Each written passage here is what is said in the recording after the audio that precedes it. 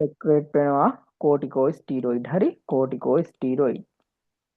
මම ආයෙ කියනවා hypothalamus එකෙන් CRH secrete වෙනවා. ඒක stimulate කරනවා anterior pituitary gland එක. anterior pituitary gland එකෙන් CRH ACTH secrete වෙනවා. ඒ ACTH ගිහිල්ලා adrenal cortex එක stimulate කරනවා. මේ adrenal cortex එක stimulate වුනහම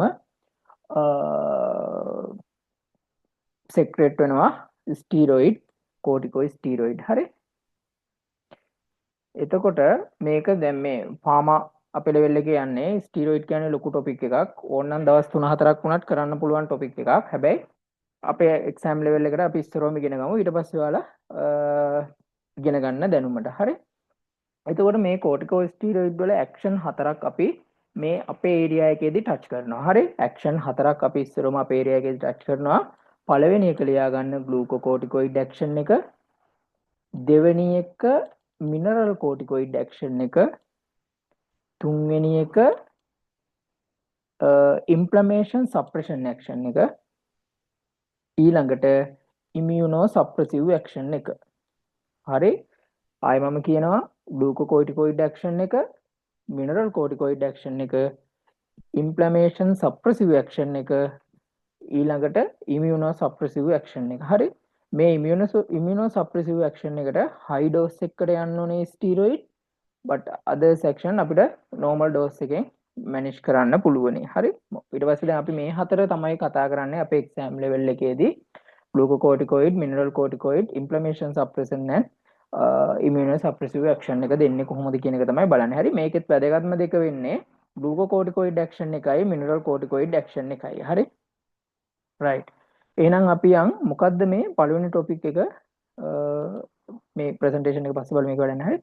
පළවෙනි එක තමයි ග්ලූකෝකෝටිකොයිඩ් ඇක්ෂන් එක. මොකද්ද මේ ස්ටිරොයිඩ්? ස්ටිරොයිඩ් මොනවද? අපි දන්න බීටාමෙතසෝන්, බෙක්ලමෙතසෝන්, ට්‍රෑම්සිනෝලෝන්, හරි. MMF, මයිකෝෆිනොලේට් ලොකු රේන්ජ් එකක්. හරි. ට්‍රැක්ට්‍රොලිමස් දන්නවනේ. ඒ හැම එකක්ම ස්ටිරොයිඩ් මේවා කැටගරයිස් කරලා අපි ස්ටඩි කරනවා. හරිද?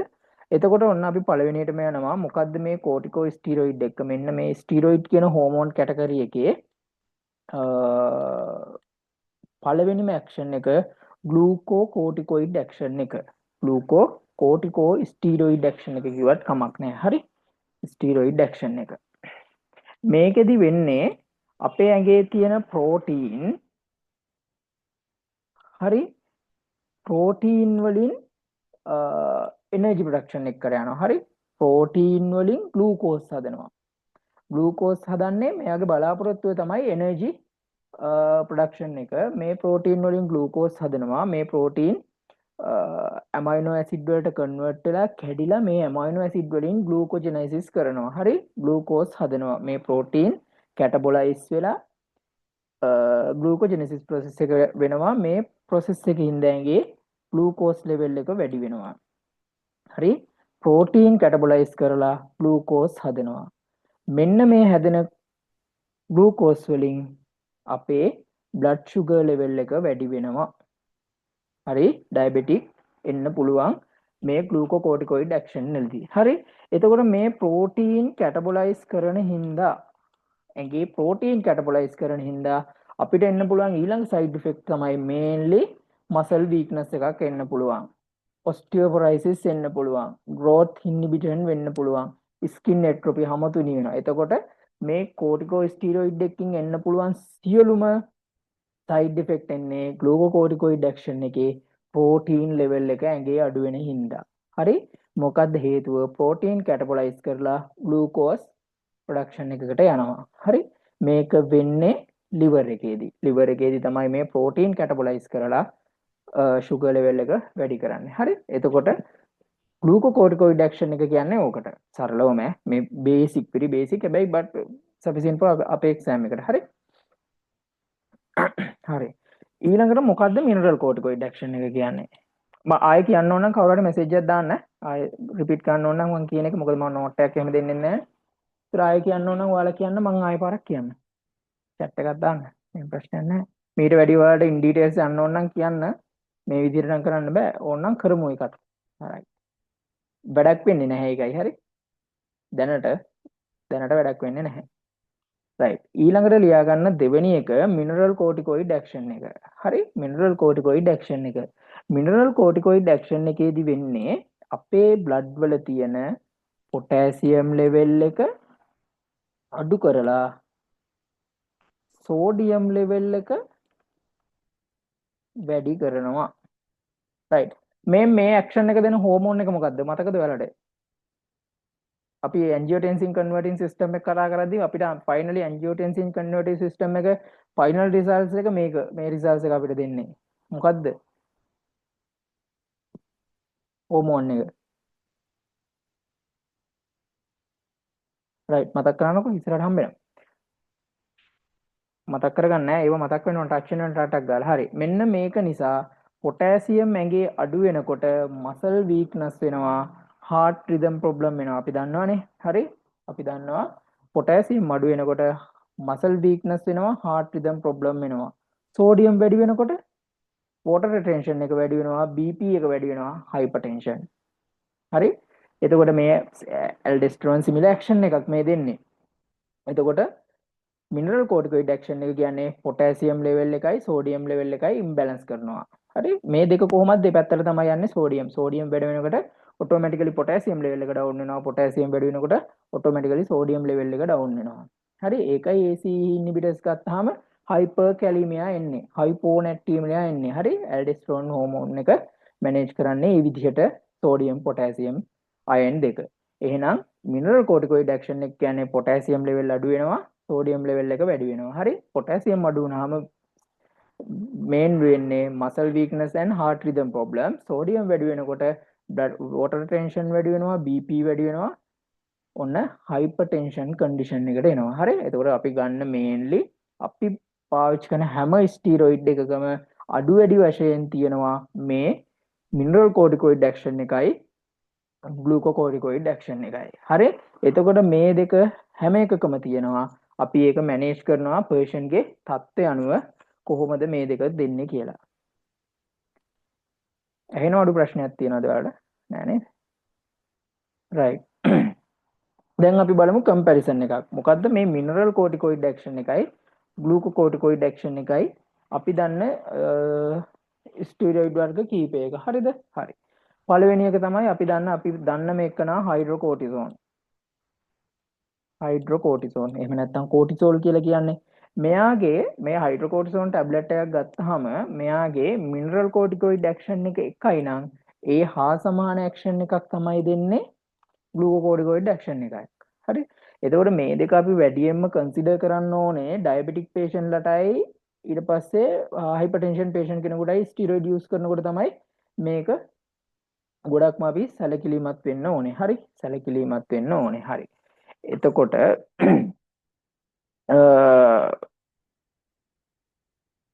හයිඩ්‍රෝකෝටිසෝන් වල මිනරල් කෝටිකෝ ඇක්ෂන් එක තියෙන්නේ සමාන වශයෙන් තමයි ග්ලූකෝකෝටිකොයිඩ් ඇක්ෂන් එක දෙන්නේ. ඊට පස්සේ අපි දන්න එකන තමයි ෆාමසි වලින් ප්‍රෙඩ්නිසිලෝන්. ප්‍රෙඩ්නිසිලෝන් එකේ මිනරල් කෝටිකොයිඩ් ඇක්ෂන් එක 0.8ක් වගේ වෙනකොට මේ පොටෙන්සි එක මේ දෙපැත්තෙන් යන්නේ පොටෙන්සි එක හරි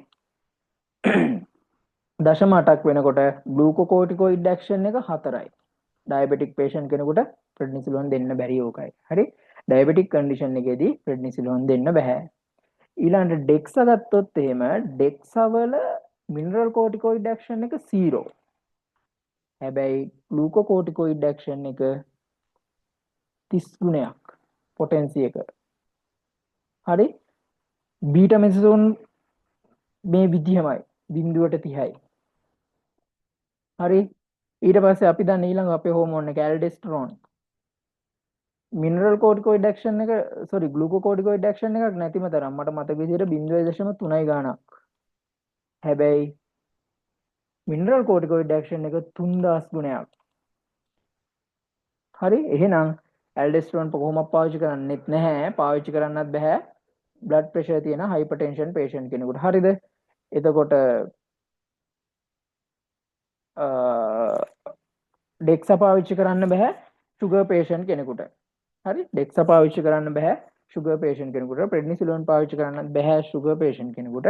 හයිඩ්‍රෝකෝටිසෝන් අපි සිමිලර් තියෙන නිසා අපි මේක අපිට කොහොමද දෙන්න බෑ.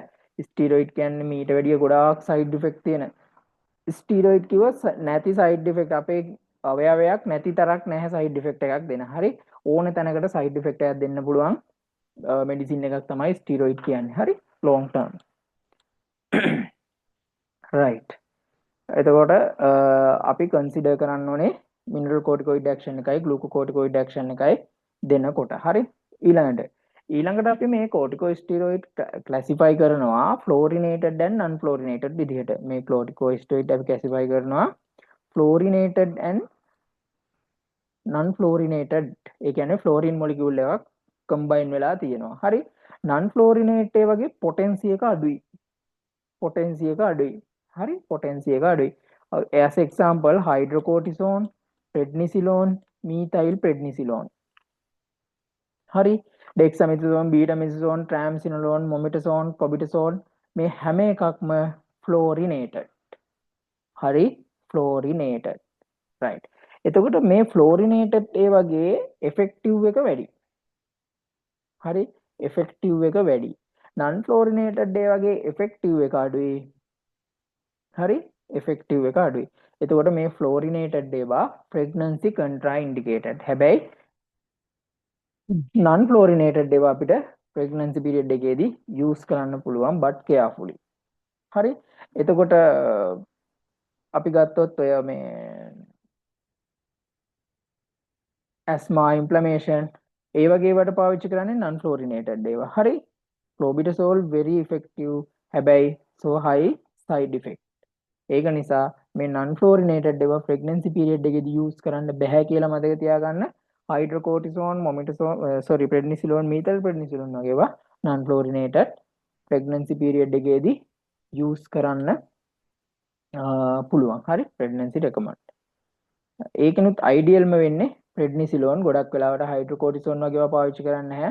pregnancy period එකේදී idealම වෙන්නේ prednisolone tablet එක. right. ඊට පස්සේ මොනවද මේ corticosteroid වල clinical uses? හරි.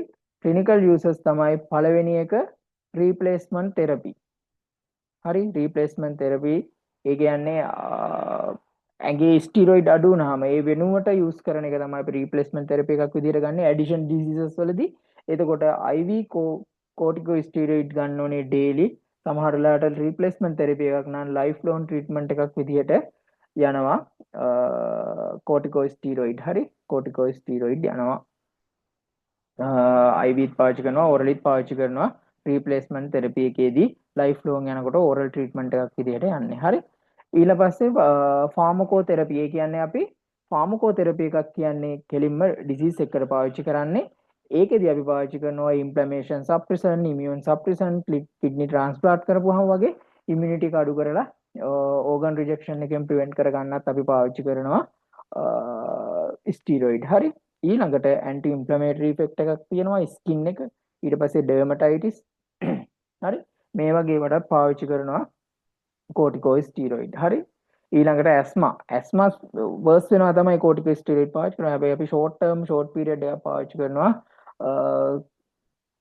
asthma severe වුණොත් එහෙම hydrocortisone IV උනත් පාවිච්චි කරන්න පුළුවන් asthma condition එක. හැබැයි short term පාවිච්චි කරන්න. හරි. ඊළඟට අපි දන්නවා anaphylactic shocks වලදී IV hydrocortisone එකක් යනවා. ඊළඟට rheumatoid arthritis වලදී අපි initial පාවිච්චි කරනවා සති දෙකක් විතර prednisolone. basically identify කරගන්නත් මේක පාවිච්චි කරනවා rheumatoid ද නැත්නම් osteoarthritis ද කියන එකත් manage කරගන්න identify කරගන්න diagnose කරගන්න මේ steroid පාවිච්චි කරනවා. හරි. ඒතකොට ඒවා තමයි සාමාන්‍යයෙන් basic පාවිච්චි කරන්නේ corticosteroid වල uses වෙන්නේ. හරි. ඊළඟට corticosteroid වල side effect ගත්තාම mainly අපි දන්නවා අපි අර දෙක compare කරමුකෝ mineral corticoid එකක් ගත්තොත්. හරි. mineral corticosteroid එකක් ගත්තොත් ඒ action එක වැඩියෙන් දෙන නිසා ඒ steroids වලින් potassium level එක අඩු වෙන හින්දා muscle weakness එන්න පුළුවන්, heart rhythm irregulation එන්න පුළුවන්, sodium වැඩි වෙන නිසා hypernatremia වෙන්න පුළුවන්, ඊළඟට water retention වැඩි වෙන හින්දා hypertension වෙන්න පුළුවන්. potassium අඩු වෙන හින්දා potassium loss වෙනවා, hypokalemia එන්න පුළුවන්. හරි ඒ මිනරල් කෝටිකොයිඩ් ඇක්ෂන් එකකින් හින්දා කෝටිකෝස්ටිරොයිඩ් වල දෙන සයිඩ් ඉෆෙක්ට්. ඊළඟට ග්ලූකෝකෝටිකොයිඩ් ඇක්ෂන් එකෙන් ප්‍රෝටීන් අඩු වෙනවා. අපි කියවා ප්‍රෝටීන් අඩු වුනහම මසල් වීක්නස් වෙනවා, growth inhibit වෙනවා, ස්කින් එක තුනී වෙනවා, ස්කින් එට්‍රොපි, ඊට පස්සේ ඔස්ටියෝපොරයිසිස් වෙන්න පුළුවන්, ඊට පස්සේ පෙප්ටික් අල්සර් ඒ වගේ කන්ඩිෂන්ස් වලට එන්න පුළුවන් මේ ප්‍රෝටීන් අඩු වෙන නිසා. ග්ලූකෝස් ලෙවල් එක වැඩි වෙන හින්දා ඩයබටික් වෙන්න පුළුවන්, ඉන්ෆෙක්ෂන් වැඩි වෙන්න පුළුවන්, හරි වුන්ඩ් හීල් වෙන එක ඩිලේ වෙන්න පුළුවන්. මේ වගේ ප්‍රශ්න එනවා කෝටිකෝස්ටිරොයිඩ් එකක තියෙන මිනරල් සොරි ග්ලූකෝකෝටිකොයිඩ් ඇක්ෂන් එක හින්දා. ඊළඟට මේ කෝටිකෝස්ටිරොයිඩ් ලෝන් ටර්ම් යූස් කරපුවාම එනවා කුෂින් සින්ඩ්‍රෝම් එක. CUSHING උඩින් මයිල් ගහයි S කුෂින් සින්ඩ්‍රෝම් එක එනවා. මේක රිවර්සිබල් සින්ඩ්‍රෝම් එකක්. ඒ වගේ එකක් ආවොත් අපි මේක ඩිස්කන්ටිනියු කරනවා. මේක රිවර්සිබල් අර ස්ටිවන් ජොන්සන් සින්ඩ්‍රෝම් එක වගේ නන් රිවර්සිබල් නෙවෙයි. මේක රිවර්සිබල්. ඔයාලට මතක ඇති කුෂින් සින්ඩ්‍රෝම් එක කියන්නේ මූන් ෆේස්, බෆලෝ හම්ස්, හයිපර්ටෙන්ෂන් තියෙන ලෙඩ ටික ඔක්කොම එනවා. හරි. තින්ස් ආම්, ස්කින් එට්‍රොපි. එතකොට Google කරලා බලන්න කුෂින් සින්ඩ්‍රෝම්ස් මේ කන්ඩිෂන් එකේදී අර මූන් ෆේස් එකෙන් තමයි අපි අයිඩෙන්ටිෆයි කරගන්නේ. හරි. එතකොට මේක ආවොත් මේක රිවර්සිබල් බඩ තඩි වෙලා මූණ ඉදිමිලා එන සින්ඩ්‍රෝම් එක. හරි. මේක රිවර්සිබල් සින්ඩ්‍රෝම් එකක්. රයිට්. ඒතර මේවා තමයි කෝටිකෝස්ටිරොයිඩ් වල එන මේන්ම සයිඩ් ඉෆෙක්ට් වෙන්නේ. ඊට පස්සේ අපි කෝටිකෝස්ටිරොයිඩ් එකක් ගත්තාම මේ අපි එළියෙන් ස්ටිරොයිඩ් ගන්න ඇඩ්‍රිනල් එට්‍රොපි කියනවා. ඒ කියන්නේ ලෝන් ටර්ම් යූස් කරනකොට ස්ටිරොයිඩ් ඇඩ්‍රිනල් ග්ලෑන්ඩ් එක සප්‍රෙස් වෙනවා. එහෙනම් ප්‍රොඩක්ෂන් එකක් වෙන්නේ නැහැ ඇඟ ඇතුලේදී කෝටිකෝස්ටිරොයිඩ්. හරි. සාමාන්‍යයෙන් කෝටිකෝස්ටිරොයිඩ් හැදෙන්නේ අපේ ඇඟේ රැයට ගන්න නිසා අපි සිංගල් ඩෝස් එකක් යනවා නම් ස්ටිරොයිඩ් වල අපි පාවිච්චි කරන්න ඕනේ ඒ ඩෝස් එක උදේට. හරි. ලොං ටර්ම් පාවිච්චි කරනවා නම් කෝටිකෝස්ටිරොයිඩ් එකක් සඩන්ලි ස්ටොප් කරන්න හොඳ නැහැ. මේක ටේල් ඕෆ් කරන්න ඕනේ. ඔයාලට මම ඇහෙනව නේද? ටේල් ඕෆ් කරන්න ඕනේ ස්ටිරොයිඩ් එකක්. එහෙම එකපාරම නවත්තන්න බෑ. හේතුව තමයි එළියෙන් ස්ටිරොයිඩ් ගන්න ඇඩ්‍රිනල් ග්ලෑන්ඩ් එක සප්‍රෙස් වෙනවා. එතකොට අපේ බොඩි ෆන්ක්ෂන් වලට අවශ්‍ය ස්ටිරොයිඩ් හැදෙන්නේ නැහැ අපි එකපාරම ස්ටිරොයිඩ් ගත්තොත්. මෙහෙම එකපාරම අරගෙන ලොං ටර්ම් යූස් කරලා ස්ටිරොයිඩ් නවත්තපුවාම එන සිම්ප්ටම්ස් වලට අපි කියනවා විත්ඩ්‍රෝවල් සිම්ප්ටම්ස් කියලා. එතකොට ඒ වගේ එන්නේ ෆැටිග් එන්න පුළුවන්, ඇපටයිට් එකක් නැති වෙන්න පුළුවන්, weight loss, nausea, vomiting, abdominal pain මේ වගේ වෙනවනම් බොඩි ෆන්ක්ෂන්ස් හරියට වෙන්නේ නැහැ. ඒ කියන්නේ ඇඩ්‍රිනල් ග්ලෑන්ඩ් එක සප්‍රෙස් වෙලා බොඩි ෆන්ක්ෂන්ස් වලට අවශ්‍ය ස්ටිරොයිඩ් ඇඟේ නැහැ. හරි. ස්ටිරොයිඩ් අපේ ඇඟේ බොඩි ෆන්ක්ෂන්ස් මේන්ටේන් කරන්න එසෙන්සියල් හෝමෝන් එකක් ස්ටිරොයිඩ් කියන්නේ. හරිද? එතකොට අපි මොනවද මේ හේතුව ස්ටිරොයිඩ් එකපාරටම නවත්තපුවාම එන මේ විත්ඩ්‍රෝවල් සිම්ප්ටම්ස් මැනේජ් කරගන්න පේෂන්ට් දෙන්න ඕනේ පේෂන්ට් ඇඩ්වයිස් මොනවද? හරි. එතකොට යාට අපි කියන්න ඕනේ හැම වෙලාවෙම බෆර් ස්ටොක් එකක් මේන්ටේන් කරන්න ඕනේ. මේක කියන්න ඕනේ ලොං ටර්ම් පාවිච්චි කරන අයට විතරයි. හරි. බෆර් ස්ටොක් එකක් මේන්ටේන් කරන්න ඕනේ. හේතුව මෙයාට සඩන්ලි මේක ස්ටොප් කරන්න බෑ. හරි. මෙඩිසින් එකක් හැම වෙලාවෙම තියෙන්න ඕනේ. හරි. ඊළඟට මේක ඔයා ප්‍රෙග්නන්ට් වෙනවා නම් මෙඩිකල් ඇඩ්වයිස් ගන්න ඕනේ. එක ඩෝස් එකක් ගන්න ඕන නම් ඒක උදේට ගන්න. හරි. එක ඩෝස් එකක් විතරක් කරනවා නම් ඒක උදේට ගන්න. ඒ වගේව තමයි අපි කියන්න ඕනේ සාමාන්‍යයෙන් මේක අර මේ withdrawal symptoms manage කරගන්න අපි patient advice විදියට දෙන්න ඕනේ. හරි.